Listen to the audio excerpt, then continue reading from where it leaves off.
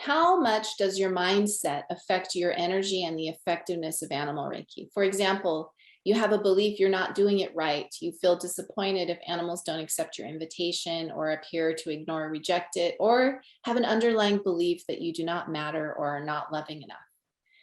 This is a really good question. So there's kind of two pieces to this. One is that I think humility is a really good thing in a human being.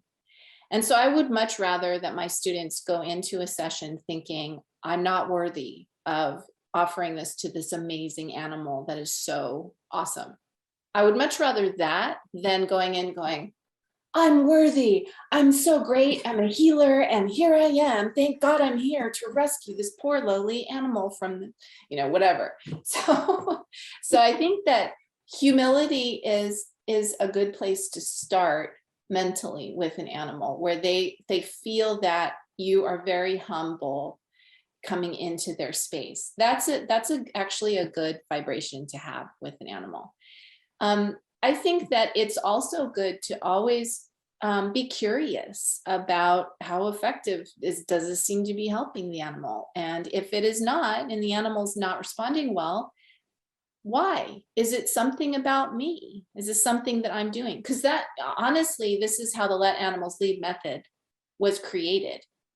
Because I was doing everything my human teachers told me to do, and it wasn't working. So then I had to go, okay, what's going on? What am I doing? And how can I change that?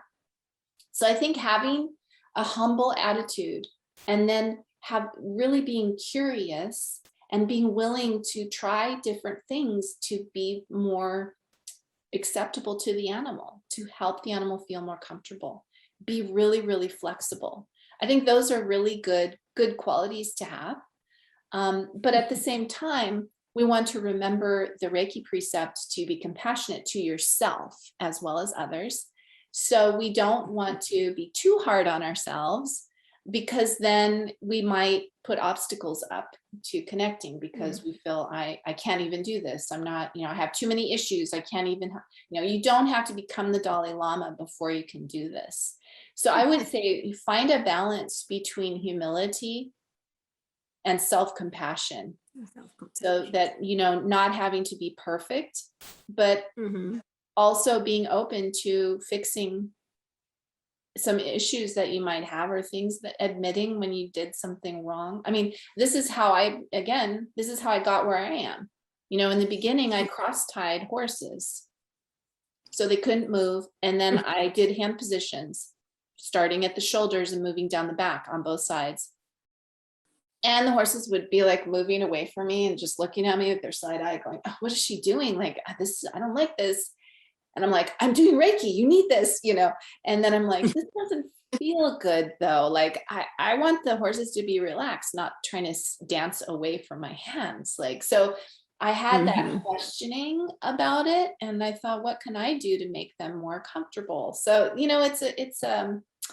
it's a lifelong process of learning to be better for the animals, but also understanding that animals are so open-hearted. They really accept us for who we are.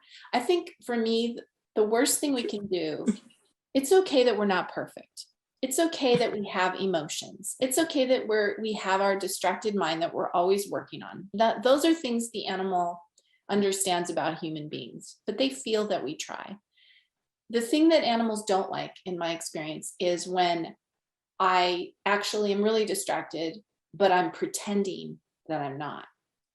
So, when we aren't being real, or my animal passed away and I'm really grieving hard, but I try to stuff it down and pretend that, oh no, I'm totally at peace, to go be with this other animal. And then that is disturbing to animals, because it's like, why is this person hiding, they're not being authentic.